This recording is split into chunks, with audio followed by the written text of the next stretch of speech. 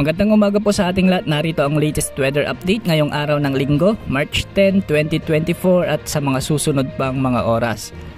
Patuloy na nakakaapekto ang malamig na amihan ngayon sa Northern Luzon, samantalang magdadala naman ng mainit na panahon sa bansa ang easterlies o ang mainit na hangin mula sa dagat Pasipiko. Sa Luzon, walang inasahang mga pag-ulan ngayon sa maraming lugar maliban na lamang sa eastern section kung saan kasali dito ang Cagayan Valley, Isabela, Aurora, Quezon, Polillo Islands at ilang bahagi ng Bicol Region.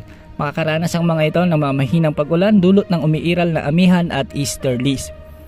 Magiging bahagyang maulap naman na may mga tsansa ng mga isolated rains ang Ilocos Region, Cordillera Administrative Region at natitirang bahagi ng Luzon.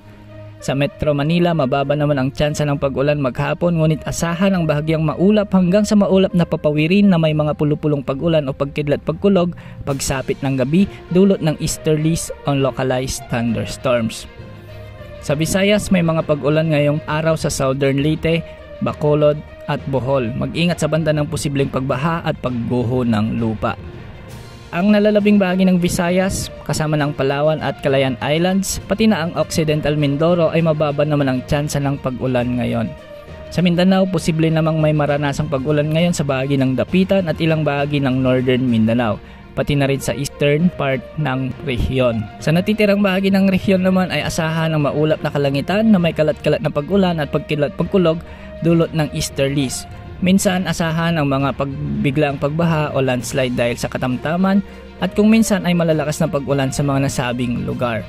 Sa ngayon ay malinis ang kalangitan sa paligid ng ating part at wala tayong namomonitor na anumang sama ng panahon gaya ng LPA o bagyo na maaaring makaapekto sa ating bansa sa susunod na 3 hanggang 5 araw. Wala ring gale warning na nakataas sa anumang bahagi ng ating bansa. Ngayong araw maging handa rin sa mainit na panahon dahil sa inasang magiging mataas muli ang temperatura sa bahagi ng Iloilo, Calapan, Cotabato, Rojas City, Jensan, Dagupan, Tarlac, Cabanatuan, Batangas at Metro Manila. Posibleng pumalo sa higit kumulang 40 degrees Celsius ang heat index sa mga nasabing lugar ngayong araw. Maging updated sa lagay ng panahon, ito po ang weather update ng bayan, maasahan anumang panahon.